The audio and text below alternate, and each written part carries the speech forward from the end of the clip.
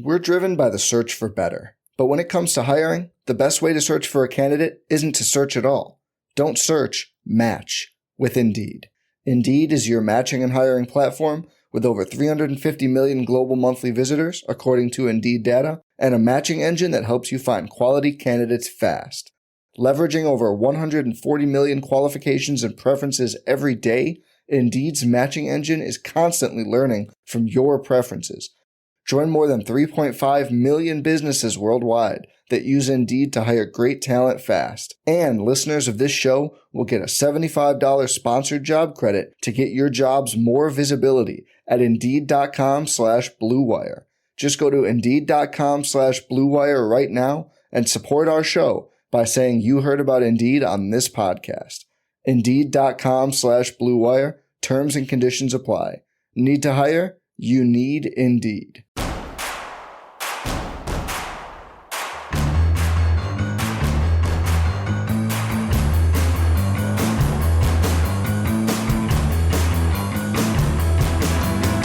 From your favorite source for Chicago White Sox talk, delivering news, interviews, analysis, and more. This is the Sox Machine podcast with your hosts, Jim Margulis and Josh Nelson. Thanks, Rob, and welcome to the Sox Machine podcast. I'm your host, Josh Nelson, and it's Thursday night, February 1st, 2024, as we bring you a new episode. There's not much White Sox news on the field, but we have updates about the White Sox new stadium plans, as Related Midwest, the real estate developer, is pushing hard for a new stadium in the South Loop as they have met with Illinois state leaders recently. We at Sox Machine have heard from the 11th Ward office in Bridgeport of Nicole Lee and what their strategy is in keeping the White Sox at their current location at 35th and Shields. We'll share those details, plus talk about why there are big free agents still available as spring training is just a couple weeks away, and if old friends Tim Anderson and Yasmani Grandal will find new homes by then. But first, on Thursday night, the Athletics' Ken Rosenthal and ESPN's Jeff Passan did most of the heavy lifting, reporting that the Baltimore Orioles, who just agreed to a new sale to new owners on Wednesday, have acquired Milwaukee Brewers ace pitcher Corbin Burnes. How does this trade shake out and the impacts on White Sox GM's Chris Getz's attempt to move Dylan Cease? Well, joining me to discuss is the managing editor of SoxMachine.com. It's Jim Margulis. And hello, Jim.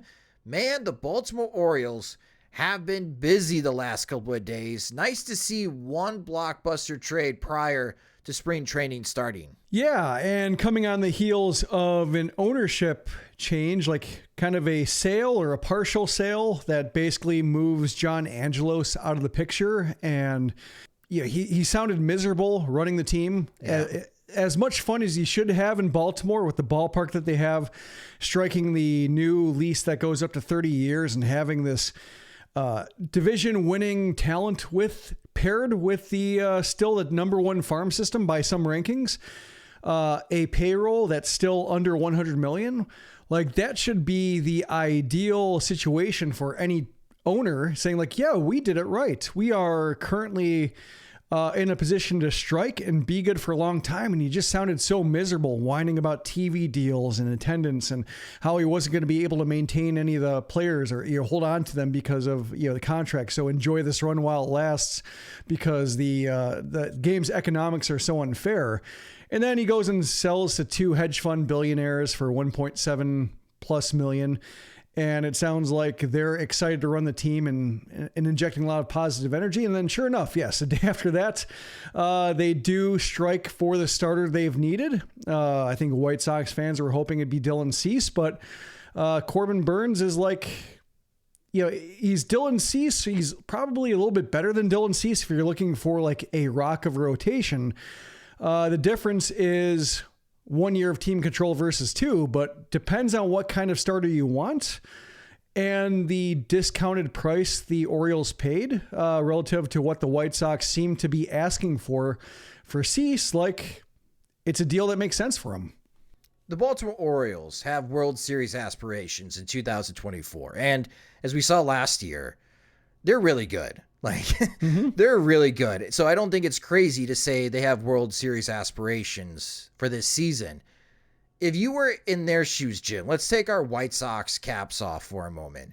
Who would you rather have if you are a team with World Series aspirations like Baltimore?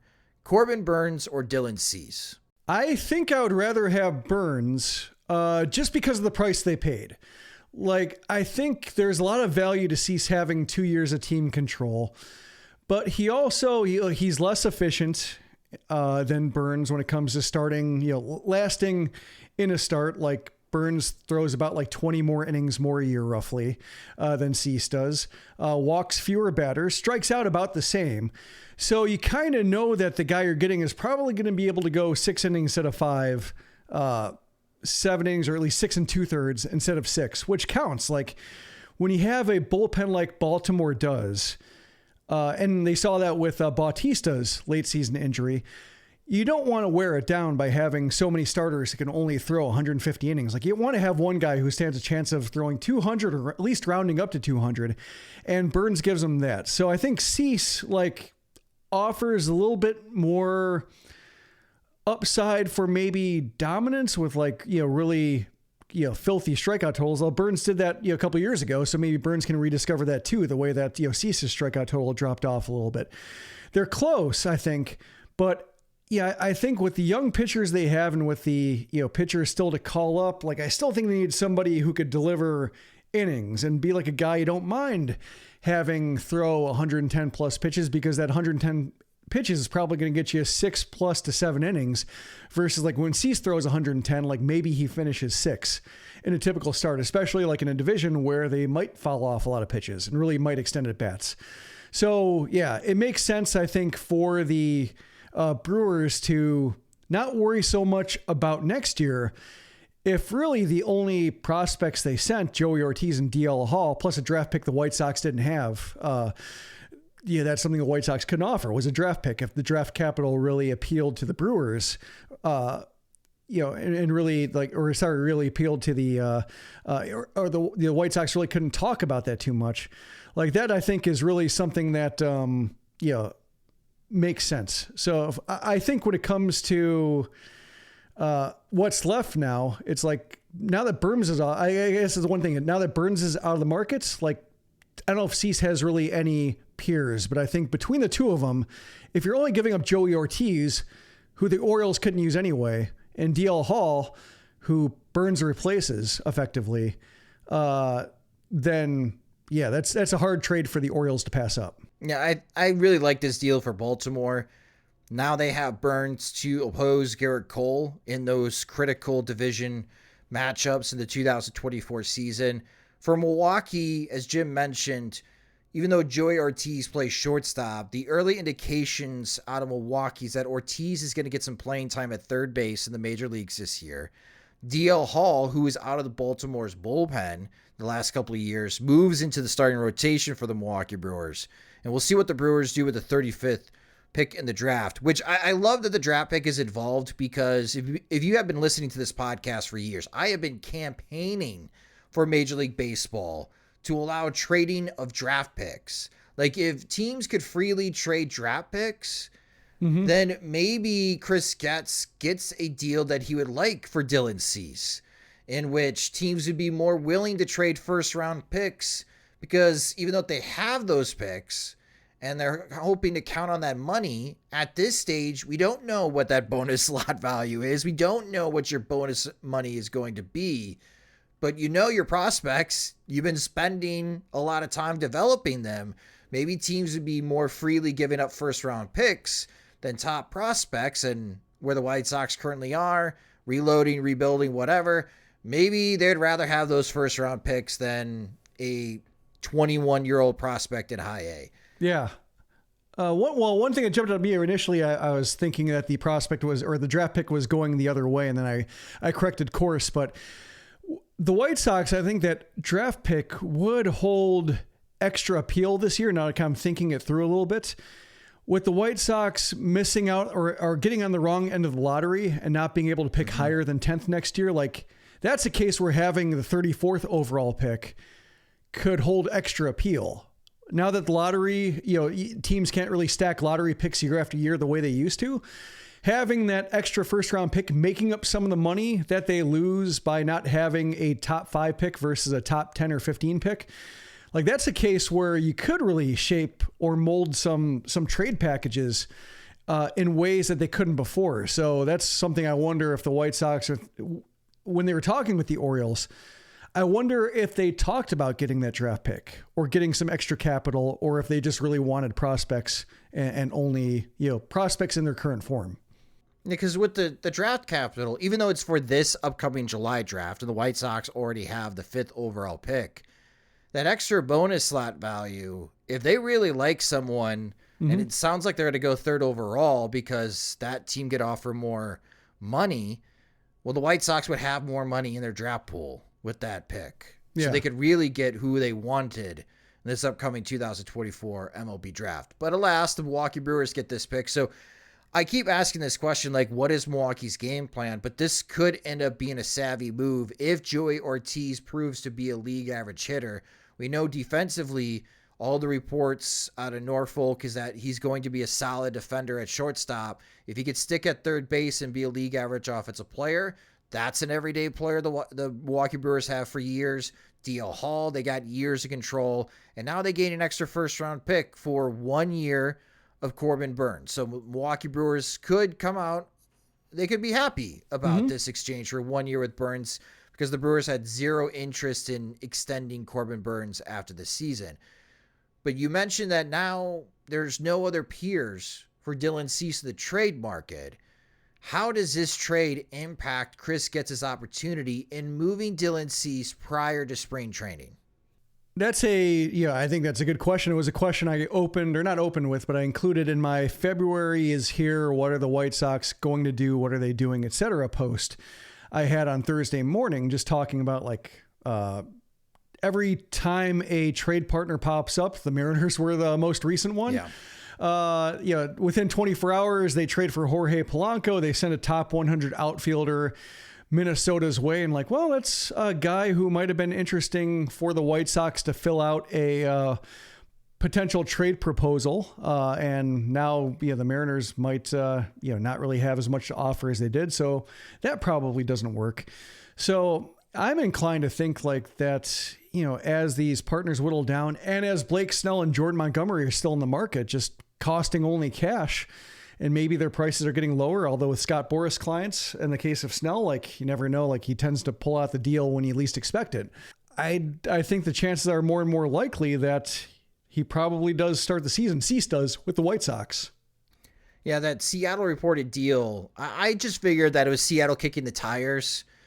You know what? Let's have some fun here. We already have a great starting rotation, right? Yeah. Let's see what it would take to get Dylan Cease and make a super starting rotation, because Seattle right now is what? The 3rd team in the American League West behind Houston and Texas. You still like Houston and Texas more than Seattle. So Seattle, even though they have a very good team, they have a very tough fight on their hands coming up to the season. So it's not crazy that one strategy is let's make a super starting rotation. But there's also a part of me that just wonders, Jim, is Jerry Dipoto bored? And was he just antsy that he hasn't made a trade in a while? That's why he called Chris Getz and, hey, I'm kind of interested in Dylan Cease. Yeah. But then he had the shakes. Like you said, 24 hours later, he gets Jorge Polanco for the Minnesota Twins, which, good for Seattle. We know how dangerous Polanco could be. But I really like that return for Minnesota as far as being able to get some depth. They shed a little cash on their payroll. The question in Minneapolis, though, is are Twins owners going to spend that $6.5 million that they saved, or are they just going to put it in whatever fund and maybe they can add players at the deadline if they're in position to win the division, or they want to enhance their odds of winning another playoff series in the postseason if they make it that far? We'll see. But that's all I took from the Seattle curiosity in Dylan Cease, is that I didn't really think it was a serious trade partner. Just that, Jerry Dipoto was bored and he's kicking the tires to see what's out there. Yeah, I mean, look at the rest of the market too. Like maybe the Yankees, maybe like the teams we've been talking about as like the secondary contenders after the Dodgers, who found pitching. Now after the Orioles found pitching, you just kind of go down the list a little bit. Like the Cardinals still need something, but they're not a great match necessarily. Braves could maybe use somebody besides Chris Sale, but also they're not a great match. The Rays have a lot of interest, but typically they don't make that kind of deal. They tend to send guys the other way when they're about to reach free agency or within a couple of years. So yeah, that's why I'm thinking it's more and more likely that Cease, starts the season with the White Sox and then is the best pitcher on the market probably when the trade deadline comes around, unless like Jesus Luzardo becomes more available, depending on which way the Marlins go with their new administration. He's really the only peer right now. I do think looking at this Burnes return, it's an okay return for Milwaukee, and the Brewers had every reason to hold on to Burnes. Like there's no reason to trade him earlier because they've been winning divisions. They've been having real postseason aspirations and deep postseason run aspirations. So like there's no reason to trade him beforehand. This is more a case of like, well, we're kind of in between now. So which way do we go? And they decide to trade Burnes now, but the return isn't really that impressive. Like Ortiz might not be a major league starter, or at least a major league regular. Hall is kind of a tweener. Like he posts huge strikeout numbers, but doesn't seem to necessarily have like the efficiency to start, like, really pile up the innings the way you want a starter to do. So it'll be worth keeping an eye on him to see if the Brewers can unlock something the Orioles weren't quite able to do to get 5 innings with regularity out of him. But like if he clicks, like he could be a monster. So it does make some sense, but you can see a case too where like the Orioles don't get like a real fixture out of this deal for their best starter, and it's just kind of a trade to make, trade they kind of had to make. But if they wanted to maximize his return, they should have done it either a half season earlier or a year earlier. There's no reason for them to do that. Just only talking about the return. In this case, for the White Sox, it's instructive because the White Sox could deal Cease now. They could deal him at the deadline. They could have dealt him at the last deadline. Like they've had this sliding scale of like, when is the best time to trade him?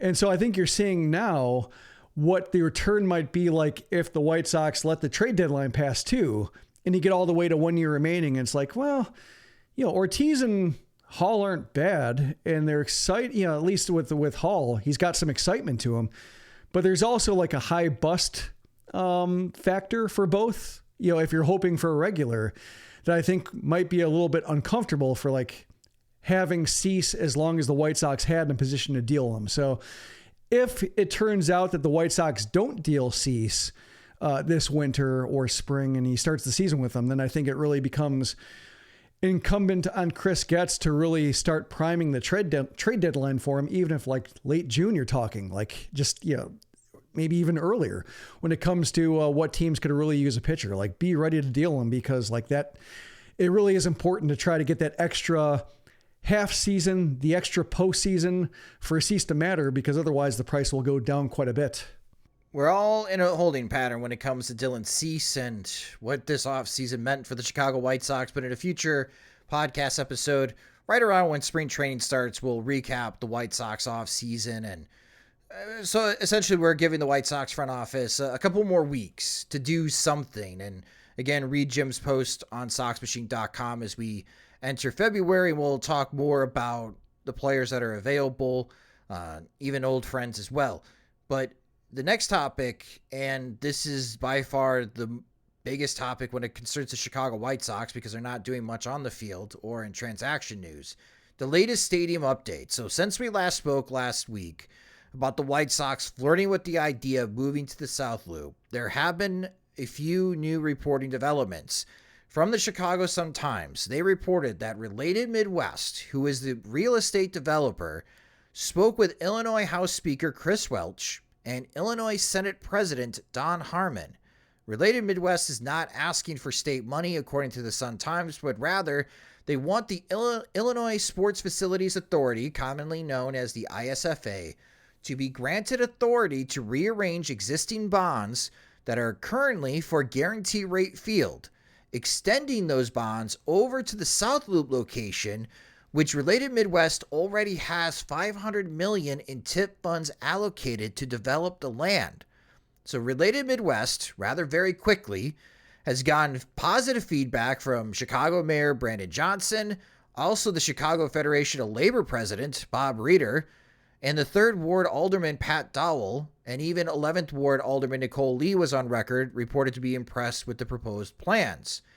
Now, we could report at Sox Machine on Thursday night after speaking with Nicole Lee's team that the plan is for the 11th Ward is to not go down without a fight. Nicole Lee's office will be trying to keep the Chicago White Sox at 35th and Shields in the upcoming weeks, maybe even months. Lee's office will make the case that with the empty parking lots owned by the state, that the same kind of entertainment district that Related Midwest is pitching to state politicians can be built in Bridgeport. But Lee's office is making it clear they will not hand a blank check to Jerry Reinsdorf for such a project. They would need White Sox cooperation and investment into such a plan. Jim, because, again, there's nothing going on for the White Sox on the field, this new stadium talk really has taken center stage for all White Sox talks. And in case if you haven't heard the segment, podcast listeners, I recommend going on YouTube to 670 The Score, their YouTube page, and watch the debate between Matt Spiegel and our very good friend Lawrence Holmes. While it's a bit exciting to think that the White Sox could have a new stadium with an entertainment district that we see elsewhere around Major League Baseball, like Cincinnati has, and raved about that last year when we had our road trip in Cincinnati. Man, it'd be great if the White Sox had something like this outside the stadium. This project seems to be moving rather quickly, that key state politicians outside of the governor of Illinois are already meeting Jim with the real estate developer. And to me, Related Midwest seems to be the culprit of wanting to move this very quickly and getting a new stadium deal on a parcel of land that they currently own in the South Loop. Like, it's not so much the White Sox, it's this real estate developer that's trying to make this happen, which maybe that's what Jerry Reinsdorf wanted all along. Hey, somebody do this for me. Yeah, I mean, like, that's one of the benefits of having the deal that you have at Guaranteed Rate Field. The public funding is like, you don't really have to do anything. They get all the parking lot money. They don't pay fees on tickets below a certain amount. So it's just like, it's been very much a set it and forget it kind of deal. Obviously, with interest rates rising and other pension shortages and such, not only in Illinois but in other states, like, it's been less popular, and it's more known that it's not a great idea for states and cities to give money away to ballparks. So yeah, I imagine this time around, now that the public is a little bit wiser to all the ways ballpark funding doesn't pay off in the long run for a city, that, yeah, let somebody else do the driving here. And you maybe still get the benefits of that bond extension, which is basically like, money that could be going elsewhere, but instead goes to the White Sox or benefits the White Sox. But, he doesn't have to do anything new for that. That's just an extension. Related Midwest is already trying to move the train tracks and get like the public transportation in line to be able to have land available for something as big. So, I mean, like, it is a case of like, whenever somebody says, are you going to sell the team? He says, make me an offer. And it might be the same thing playing out ballpark for him. Like, are you going to move? Going to move to Nashville? Are you going to move to outside the city? You're going to move like, just somebody make me an offer. Tell me what's good. And in this case, like, it's probably very good. My reaction to the alderman's office talking about like how they don't want Jerry Reinsdorf having a blank check for develop a neighborhood. Like, I don't blame them, just because like one thing, when you look at these stories about the South Loop development and recapping all of the ways Guaranteed Rate Field was a mistake, it's like, that's one thing I don't want to see with the South Loop is like Jerry Reinsdorf having say on architecture or where the trends are going for ballpark development. And it's because basically he made every wrong call. And so I don't blame the alderman's office for saying like, if we're going to expand your influence on this neighborhood, put even bigger stamp on this area beyond parking lots and turning into buildings, like, we want to make sure these buildings aren't as big a mistake as the ballpark was in terms of all the wrong choices that went into it. So yeah, even like the ballpark in Glendale, Camelback Ranch, like, that didn't turn out to be a great deal in terms of like, nope. a destination or a design of the stadium with like how little shade it offers. It's far away from every other thing. Glendale's kind of they whiffed on hockey and now they're playing in a college rink. So like Glendale's kind of a mess. Like Reinsdorf got a free stadium out of it, but he made wrong choices there too, or at least like he didn't consider the choices important enough to make to really think about it. So I don't blame the alderman's office for saying like, we want to have input on how to develop this neighborhood, because the first chance at redeveloping what was, parking lots into New Comiskey Park was, they did a pretty bad job of it. So if he gets another crack at it, he needs help. To me, as a Bridgeport resident, like reading and hearing from parties, it seems like it's going to be a battle between this real estate development company and the 11th Ward, because clearly Bridgeport doesn't want to lose the White Sox. And you speak to other people who live in Bridgeport, and it's like sad puppy syndrome. Like, this is not welcoming news for everyone outside in Chicago, in the Chicago suburbs. And we've seen this on the Sox Machine comments as well, that there's a little bit of excitement about this. Like, okay, yeah, this might be easier for me in a commute, and saw the released renderings that probably should have not been released from Related Midwest. This is exciting.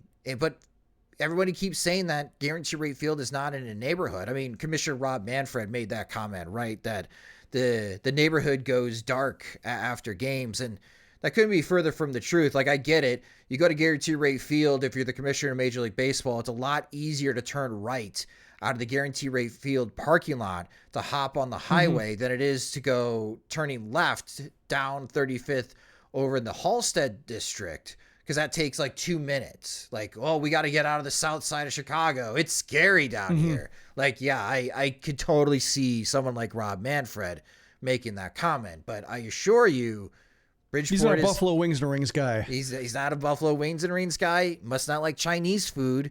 There's some great restaurants there. There's great restaurants in Morgan. Like, but then again, it's a very Chicago thing. Like, please do not come to my neighborhood. I love these places, and they are not that busy right now, and I can go to them at any time, Jim. I can get a drink. I can get a meal. Don't have to wait, because I've been in other neighborhoods where things blow up, and then it's a headache, and you never go to those old places. You're not Duck Inn to the Duck Inn. Yeah. The Duck Inn is a semifinalist for a James Beard Award, by the way. But it is a bit concerning that if this does become reality, like, what on the other side of the equation, like, what do you do with the current stadium? Like, I've heard and read that people have been pitching that maybe the Chicago Fire and the Chicago Red Stars, the soccer teams, could move in, which is fine, but that stadium would need funds to renovate seating to be more proper for a soccer stadium. And I looked this up. The city of Portland turned their old AAA baseball stadium into what is now the home of the Major League Soccer Portland Timbers and the National Women's Soccer League, the Portland Thorns. The city spent $38.5 million in 2000. 10 years later, spent an additional $31 million. And then there was an additional $85 million in private funding to complete the project so they could have a 25,000 seat capacity soccer stadium in what was an old AAA baseball stadium. Portland, along with public and private funding, spent $154 million to renovate their current stadium. So even if the White Sox move to the South Loop, somebody's going to need to come up with money to renovate the stadium. If you do turn it into a soccer stadium, you still may want to develop that land. Like, yeah, I understand the 11th Ward now needing to come up with a plan, because if the White Sox do move, you have all these parking lots that are just empty. Now you got an empty baseball stadium. What are you going to do with all this land? Like, it is valuable land, and the neighborhood is growing with more population, especially coming further south from Chinatown, as now it's 40% of the neighborhood in Bridgeport is Asian as far as the demographics go. So regardless, like I mentioned, like, the 11th Ward needs a plan, because Related Midwest, man, and you go to their website and they have already pulled off pretty impressive projects around the city of Chicago, especially in the West Loop. They got big plans. And they seem to be the ones driving this the most, where last week I thought it was maybe the White Sox pushing this. But yeah, it really seems like this third party, Jim, is pushing for the White Sox to move to the South Loop. And it's going to turn into a pretty interesting conversation. And I wonder what Governor J.B. Pritzker, which side that he lands on. Because this parcel of land, not that long ago, was supposed to build this new Illinois tech hub that J.B. Pritzker was at an announcement with then Mayor Lori Lightfoot, with plans of that opening on this parcel of land in 2026. So now sounds like he's not going to get that, and now he has to hear this pitch from the same real estate company that, instead of that, Governor Pritzker, we want to build a new stadium for the White Sox. I wonder how he's going to take that news. I mean, well, like you mentioned that the real estate firm seems to be one that's driving it, and it seems like that might be why it's going so smoothly so far. Like it's don't want the White Sox negotiating. Yeah, just it's been remarkable. Like I'm not sure if it's gaining momentum, but it's not losing momentum. No. Like it's not there's no it's definitely gaining momentum because of the positive vibes that are surrounding this. It is rare, Jim, for a Chicago project to get the mayor, the local alderman, and the president of the most powerful union labor in Illinois to say this is a great idea. Yeah. Like that is super rare. Yeah, and it doesn't seem like the White Sox work that well with outside parties. Like they're so, insular and such, that we're like getting all the cooperation this early would be rather startling. So yeah, it does make sense that if the real estate firm is the one driving it, like that explains why this has been, so well rolled out, this introductory phase to where, people have warmed up to it. There's still the question. The reason I don't want to get ahead of myself and say it's gaining momentum is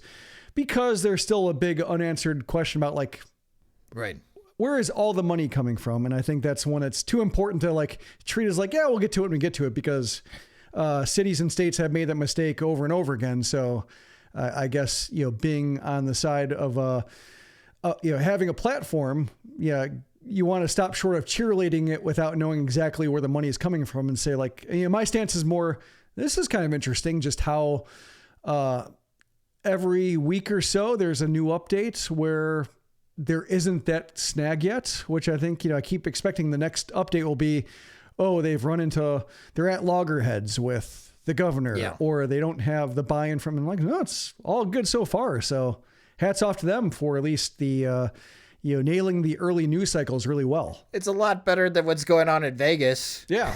I mean, that's the counterpoint that, I mentioned this when talking about like the Orioles sale too, is just like everybody who talks about the White Sox moving to Nashville, wherever, it's like the A's are showing how hard it is and why Major League Baseball has avoided it for so long, moving the A's or moving the Rays, like rather finding a stadium in their market, because it's a real pain in the butt to try to get out of a current lease and go to a market that does not have a ballpark yet. Like you can't make an analog or you can't make an analogy to the 1980s because the Suncoast Dome was just sitting there ready for baseball. That's why so many teams were able to use it successfully as leverage, because like any year, any team could have gone there, give them like 4 months notice. They'll get the field there and they'll get the marketing ready. They had everything ready to go, and teams just kept using them over and over again to get better deals. So that's why, like, when you look at, what the A's are going through without having that ballpark built in advance, or not even having like renderings for a ballpark, and then trying to piece together like a 3-year plan, not playing in the Coliseum, but also not playing in a to be announced ballpark, you get in this really sketchy area where you don't know like where you're going to be playing, if you're going to be getting the kind of TV money you thought you were getting originally in Oakland, if players are going to be cool with, being in this weird nomadic year-to-year situation, like, it's a big mess. So that's why I think, I've never really taken the threat of relocation seriously, because the league has done everything possible, I think, to avoid relocation in the most desperate markets, and the White Sox are not a desperate market. I'm going to give this 60 seconds before we move on to the other topics, folks. But for the Vegas situation, I think that's more on John Fisher and his incompetency. Yeah, he's a dummy. The more I read about him and the more that very smart writers in San Francisco write about him, like with Angelos now leaving, yeah, John Fisher is by far the worst owner in Major League Baseball. And not only was he awful to Oakland A's fans, he might suck at business. Like, he just might be, I'm rich because my parents owned Gap. And Gap kicked off Banana Republic and kicked off Old Navy. Like, that's why I'm rich. I'm rich. I'm a Nepo baby. John Fisher's pretty much a Nepo baby. Yeah. Phil's son. And he's proven his worth right now because in 2 months, Bally's, the casino company, is tearing down Tropicana. They're tearing down that hotel and resort. So ready or not, John Fisher, we're getting this land ready to develop, and you better be ready to start developing the land. So go find your money that you said that you had when you got approval from Nevada government to move forward at this project. And I mentioned this comment section, if John Fisher continues to fumble the bag, I wonder behind the scenes of Major League Baseball and the other 29 owners try to force him out. Like, you need to sell. We can't have you. You can't keep doing this. You can't keep screwing this up. This is awful. We have standards. We have standards. Yeah, it's a country club. And you're not meeting. You're not meeting the standards. And they don't even have standards, really. That's how bad it is. Exactly. Meanwhile, I mentioned Portland, the Portland baseball group that's trying to get a Major League Baseball team. They bought a golf course in Portland, a 164-acre golf course, and they're going to start developing renderings and plans on how they could develop that area for a new baseball stadium and entertainment district. So Portland technically is farther ahead than Nashville. Portland's got land where Nashville does not at the moment. So yeah, it seems to be this could be the big talk with Major League Baseball the next 5 years, folks. New stadiums, relocations, franchise teams with the new CBA, and that will all lay it out on how new teams could be added. So if you love chaos, we could be getting it pretty soon and where teams actually play games. We're going to take a quick break for a word from our sponsors, but after the break, let's speculate why Blake Snell, Jordan Montgomery, and Cody Bellinger are still free agents, and will old friends Tim Anderson and Yasmani Grandal find new homes before spring training, next on the Sox Machine podcast. We at Sox Machine have a special event planned on Wednesday night, March 27th at the newly reopened Remova Theater. Along with our friends from the 108, we'll be hosting a live Sox Machine podcast to kick off the 2024 regular season and celebrate opening day. There'll be special guests, giveaways, and plenty of hashtag 108ing as you'll get to mingle with other White Sox fans. This is a seated event where you have to be 18 years or older to attend. Tickets are just $22, which you can purchase at removachicago.com. That's all one word, removachicago.com. And Jim and I, we can't wait to see everyone at our opening day eve show at the Remova Theater. We're driven by the search for better. But when it comes to hiring, the best way to search for a candidate isn't to search at all. Don't search, match with Indeed.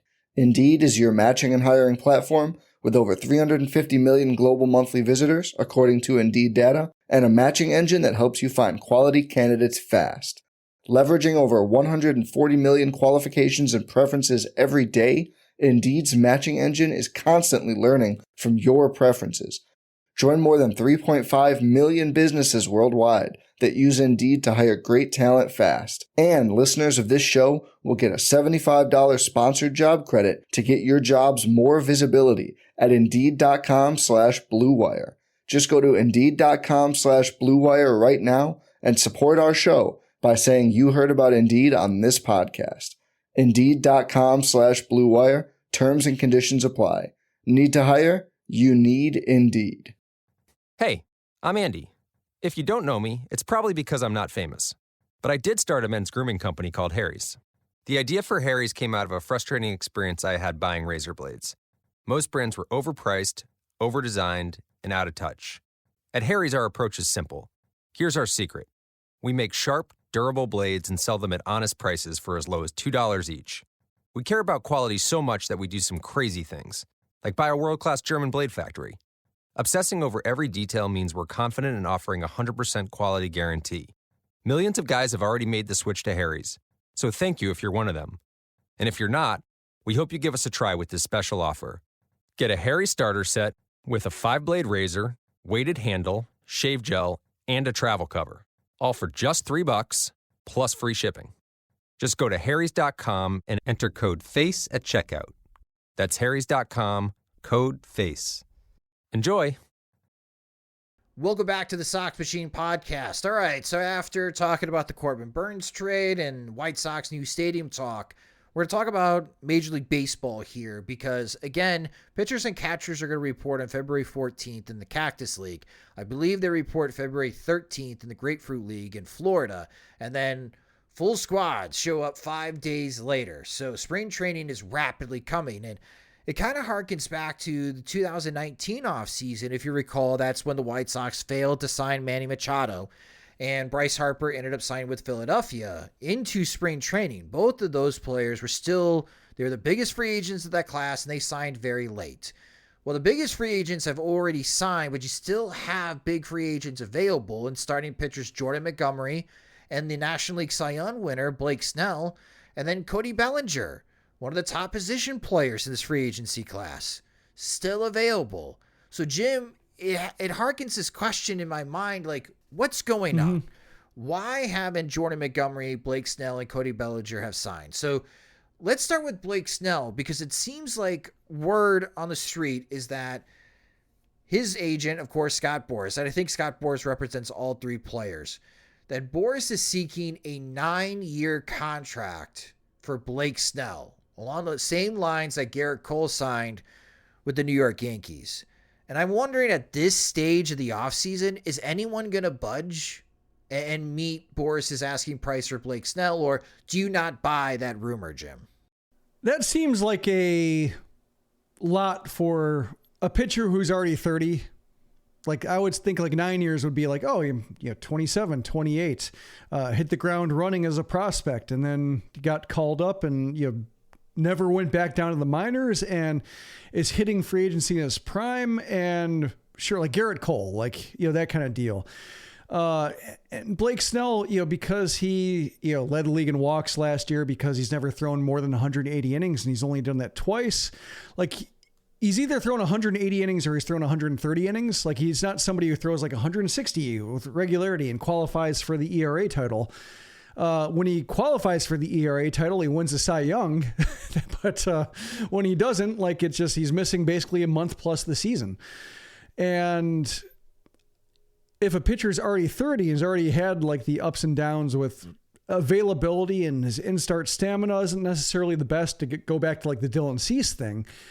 I can understand why teams aren't just like super excited about like paying top dollar for him. You know, trading for the Rays deal, the extension that they signed him to is like 5 years, $50 million or something along those lines. Like, acquiring the remainder of that for 3 years of his prime.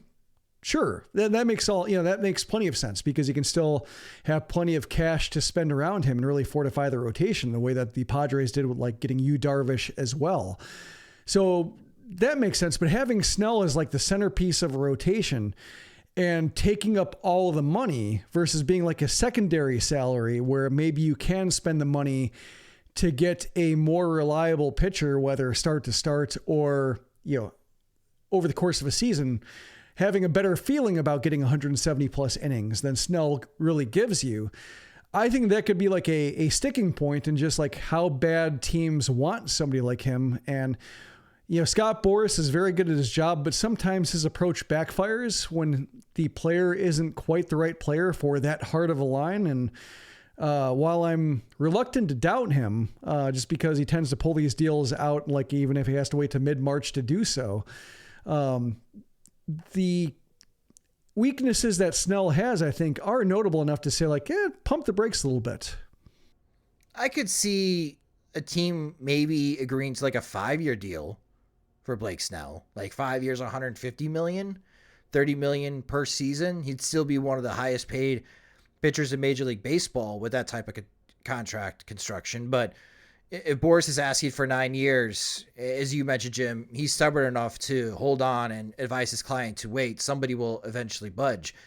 It brings to mind, though, then Jordan Montgomery, because as we saw this past season and how valuable Jordan Montgomery can be, he can't make the same case for Blake Snell to merit that length of a contract, but I really thought Jordan Montgomery would have been one of the first starting pitchers to be signed, that teams wouldn't mind signing him to a 4 or 5 year deal. Is there something that I'm missing? Because in my off-season plan, when I foolishly came up with an idea that maybe the White Sox can contend if they hold a $180 million payroll, which they're not going to come anywhere close to that type of payroll, that the White Sox should sign someone like Jordan Montgomery to help lead the rotation.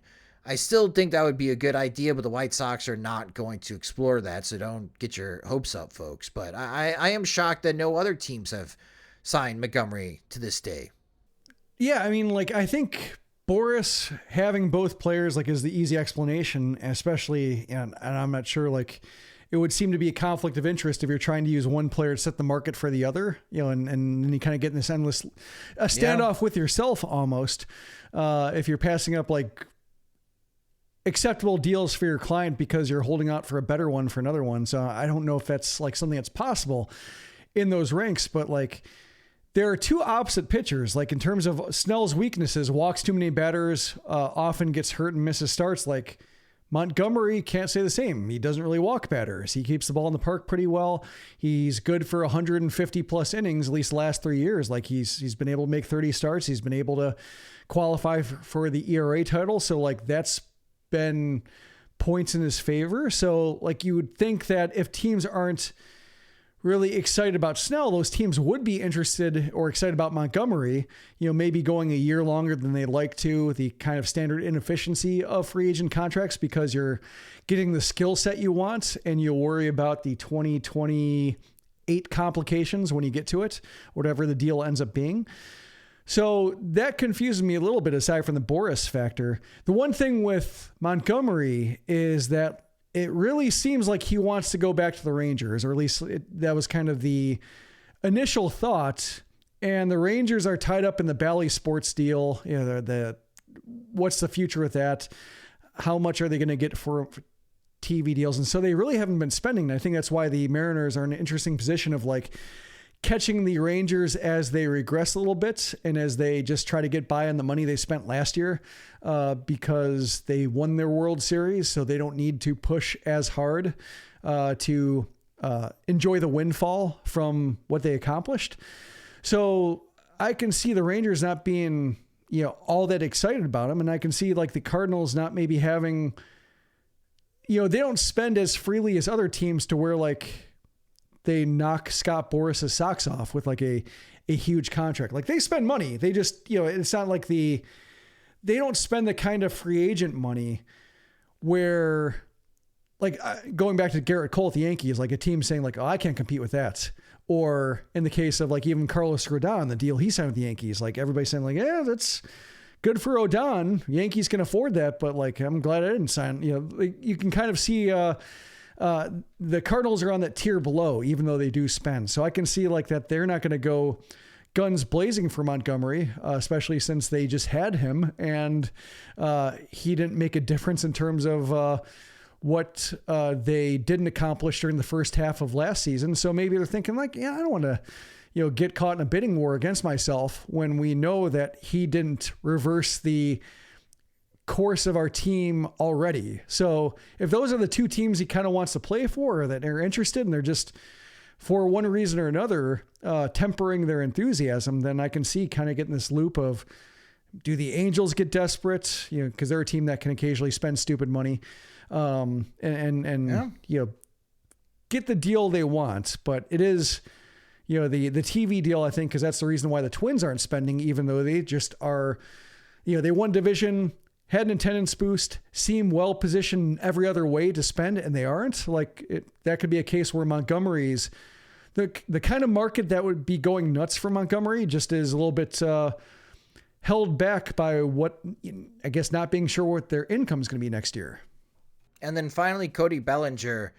If I'm a Chicago Cubs fan and I can sense the irritation, especially in social media, like, why haven't the Cubs signed Cody Bellinger? Like, that just seems bizarre to me. Like, I understand if the Cubs are like, we like Pete Crow Armstrong, he's going to be our center fielder. That's fine. You could still use Cody Bellinger.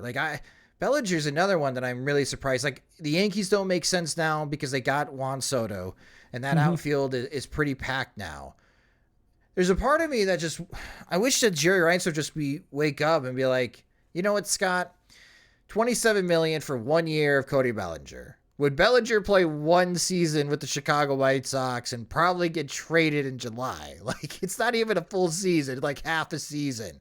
So really, you'd just be on the hook for like $13.5 million to give White Sox fans false hope that they could be anything in 2024. Maybe they could. And maybe everyone breaks out.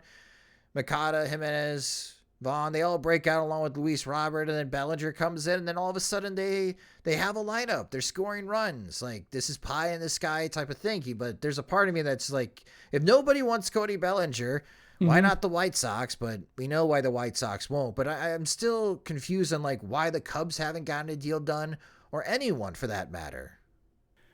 Yeah, the outfield market's been pretty dismal. I guess Matt Chapman is another one in the market as well. Like, yeah, that's a good point. Being the Cody Bellinger among infielders, and not finding a home yet. Like, another guy whose defense helps make up for the inconsistencies in his offense. Like, offers a lot offensively when everything's going right. When things aren't quite clicking, he plays defense well enough to help out there and weather if it's inconsistency, health, what have you, that sometimes keeps, a player in a rut for a month. So yeah, it's a case where, like, Boris being Boris, like, this is the reason why, like, fans don't like him and teams don't like him. And just like why he's a good nemesis for, I think, a lot of parties in baseball, is because, like, he does hold out. And while, labor-minded baseball fans always want to prioritize, these are free agents, they have agency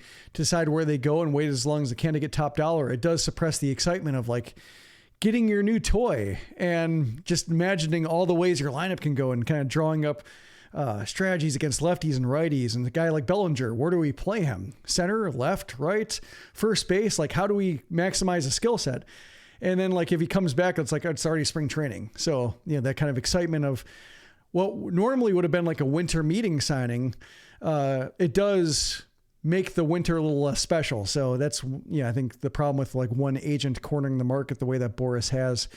But it's thinking about Bellinger and the White Sox, like, Chris gets the strategy of defense. Like, what if defense, but offense? Like, whoosh. Yeah. It's fun to pretend. It is fun to pretend. And then finally, old friends, Tim Anderson and Yasmani Grandal, still free agents. There's a part of me that's not surprised that they're still free agents, Jim, even though there were those early rumors back in November, mid-November, when there was speculation that the Angels could pursue Tim Anderson and have Tim Anderson be their second baseman, especially after hiring manager Ron Washington. And I always felt like that could be a good pairing at some point to help Anderson's career, since Wash has done a terrific job everywhere that he's gone and helping middle infielders develop. Of course, his big success story is Marcus Semien when Wash was in Oakland. That obviously hasn't come to fruition. And I'm wondering here, again, spring training's in a couple weeks, Jim. Are Tim Anderson and Yasmani Grandal still going to be unemployed? Do you think they're going to find homes in the next 2 weeks? I think Anderson could. Elvis Andrus signed a deal with the White Sox to play second base right as spring training was starting. And I think Anderson has a similar case. Like, any team that could use upside, whether as like the projected worst infielder on the team, like if a team only needs a second baseman and they don't have anybody that's currently replacement level, like that would be a team like, sign Tim Anderson. Because if he's great, like if he's all-star level again, or at least what all-star level was before, like all the infielders were good and it became a lot harder to crack a top 10 list, like that's all of a sudden huge upside for like top of the order or bottom of the order if he's the guy turning it over. And, if you're a team that could use upside just in order to have potential players to move at the deadline, that's another case where, may as well sign him because he's not going to cost much, especially the way he played last year. I wrote about this a little bit, just saying, like, it seems like the teams that wanted something specific from the position, like with the White Sox getting Paul DeJong and Nicky Lopez to solidify the middle infield and put glove first guys behind a pitching staff that needs all the defensive help it can get. Like, Anderson's not that kind of guy. Like, if you want offense, like, especially with the way Anderson played last year, he's a hard guy to bet on as well. That's why I really think it put him in a really tough position for teams that are acquiring, say, like, what's the most likely thing we're going to get out of him? Or if all else fails, what does he provide? And last year, Tim Anderson's game failed completely.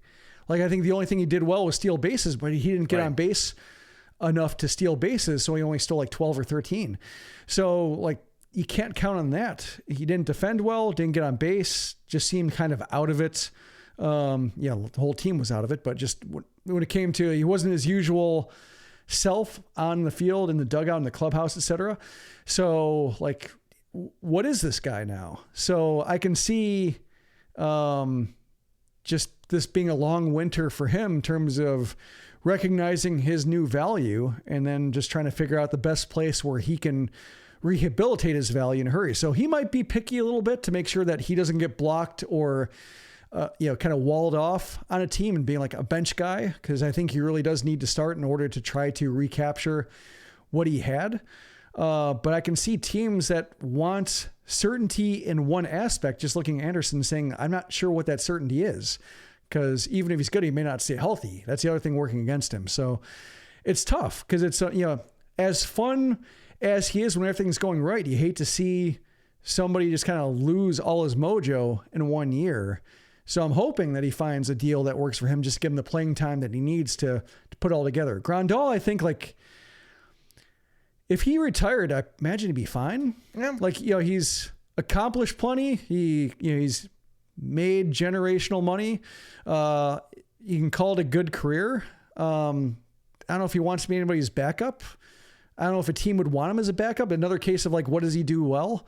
When you say, like, the way the White Sox pitching staff collapsed when he was there, he didn't really help.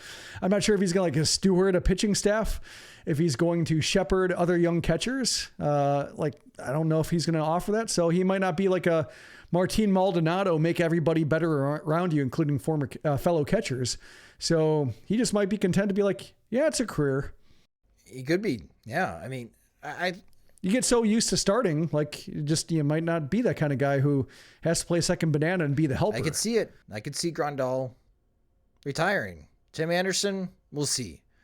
But yeah, it was not that long ago that we raved that both of these players could be dark horse MVP candidates for the White Sox. And here we are in February 1st, 2024, as we record this podcast episode, and they're still free agents, but they're not alone. There's still many free agents out there. Even the big name free agents still don't know where they will be reporting to for spring training in a couple of weeks.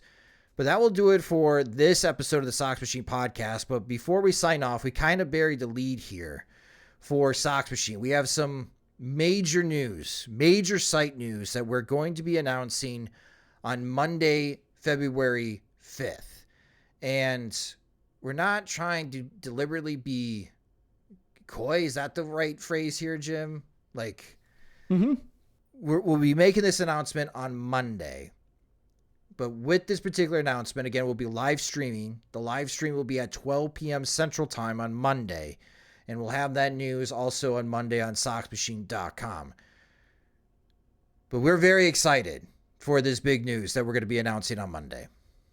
Yes, it's come together very quickly. So Monday is, I think, literally the soonest we could possibly do it. Like, the emails, the Google Workspace is smoking right now with everything we have to send back and forth to get this going. But yeah, it is. I would consider it a transformational change for Sox Machine. And with that, we have not, since we launched on Patreon as a Patreon supported site in 2018, we have not changed the pricing tiers because we didn't have a reason to charge more aside from like adjusting for inflation, maybe making a little bit more money, that sort of thing. But we didn't want to touch the pricing tiers. We just want to continue growing the community because we figured that was more important. And if we charged more, we want it to be like a specific reason, like here's why we need more money. You're going to see your value from this. And that moment has arrived. So we are very excited about it. It does come with like a slight trepidation just because we will be changing or revising the Patreon pricing structure quite a bit in order to accommodate this. But we really feel like it's worth it. Really excited about it. Can't wait for Monday because that'll mean like all our work is done, first of all, but also because it's huge news and really can't wait to get started on a new era of Sox Machine. And you guessed it. We're moving to the South. I'm kidding. Yes. I'm kidding. But yes, Monday, 12 p.m. Central Time. We'll be streaming live on our YouTube channel, on Twitch, on Twitter, and SoxMachine.com. So good time to subscribe to the YouTube channel because you'll get notified when we're going live in case you happen to forget. You're busy with your work day and realize like, oh, I forgot about the Sox Machine live announcement. You'll get notifications if you're subscribed when we're about to go live. Yes. So again, that'll be our next episode from us because we got a lot of work to do from here and there. We also got to do a lot of curling on Saturday. Can't wait to see a lot of you guys at Windy City Curling.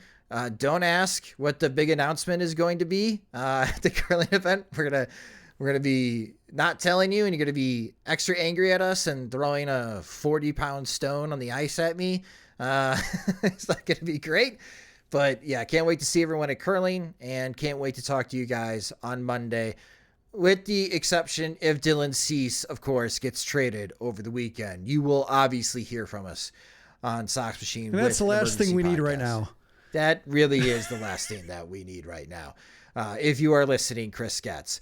But that will do it for this episode of the Sox Machine Podcast. Thank you guys so much for listening. If you just discovered the Sox Machine Podcast, you can subscribe to the show wherever you listen to podcasts such as Spotify and Apple Music. As Jim mentioned, subscribe to our YouTube channel at youtube.com/Sox Machine.